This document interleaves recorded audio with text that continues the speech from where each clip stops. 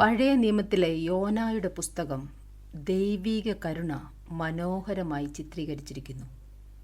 കടലും കരയും ഉണ്ടാക്കിയ സ്വർഗീയ ദൈവമായ യഹോവയെ ഭജിച്ചു വന്ന യോനയുടെ അനുസരണക്കേടും അതിൻ്റെ അനന്തരഫലവും അവിടെ വിവരിച്ചിരിക്കുന്നു.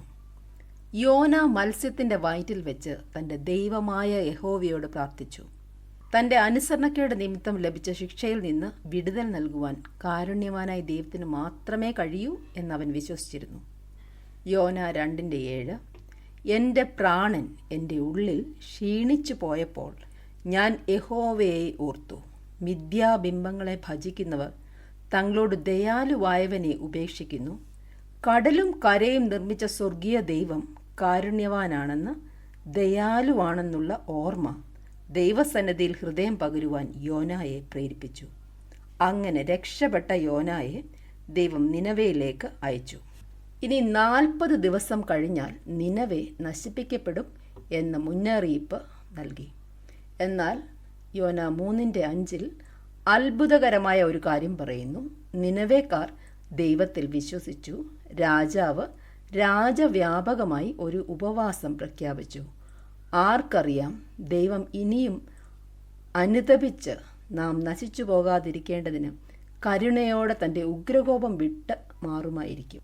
കൃത്യമായി അതാണ് സംഭവിച്ചത്. വാക്യം 10 അവർ ദുഷ്ടവഴികളിൽ നിന്ന് പിന്തിരിഞ്ഞെന്ന് ദൈവം കണ്ടപ്പോൾ അവൻ അനുതപിച്ചു. അനുതാപം മൂലം കരുണ ലഭിക്കുവാൻ ഇടയായി. ക്രിസ്തുവിൻ്റെ അനുയായികളായ നാം എല്ലാവരും ഈ കരുണയുടെ അനുഭവസ്ഥരാണ്. ദൈവം എന്താണോ അതാണ് കരുണ. എഫേസ്യർ 2:4 കരുണാസമ്പന്നനായ ദൈവം നമ്മെ സ്നേഹിച്ച മഹാസ്നേഹ നിമിത്തം. അതെ, നമ്മുടെ ദൈവം കരുണയിൽ സമ്പന്നനായ ദൈവമാണ്.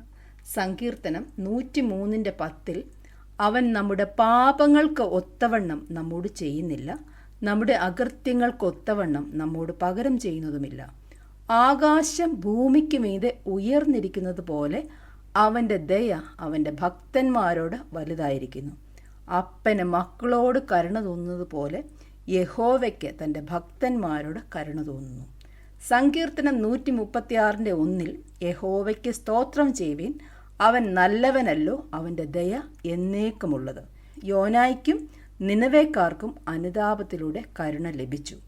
ഇന്നും ദൈവിക കരുണ അനുഭവിക്കുവാൻ നമുക്ക് സാധിക്കും. എല്ലാ ദിവസവും പുതിയ കരുണ, വറ്റാത്ത കരുണ. മറക്കാതെ ദൈവിക കരുണയിൽ അഭയം പ്രാപിക്കാം. ക്ഷീണിക്കുമ്പോഴും വഴി അടഞ്ഞു പോകുമ്പോഴും ദൈവിക കരുണ ഓർക്കുക. മടങ്ങി വരുവാൻ മടിക്കരുത്. കരുണയിൽ സമ്പന്നനാണ് നമ്മുടെ ദൈവം. ഞങ്ങളെ വിളിക്കുവാൻ ആഗ്രഹിക്കുന്നുവെങ്കിൽ 0988-22-1957 എന്ന നമ്പർ ഉപയോഗിക്കുക. എല്ലാ ബുധനാഴ്ചകളിലും വെള്ളിയാഴ്ചയും രാവിലെ 11 മുതൽ 12 മണി വരെയുള്ള സമയം ഞങ്ങൾ നിങ്ങൾക്കായി പ്രാർത്ഥിക്കുന്നു. പ്രാർത്ഥനയ്ക്കായി വിളിക്കേണ്ട ഫോൺ നമ്പർ 079960010203.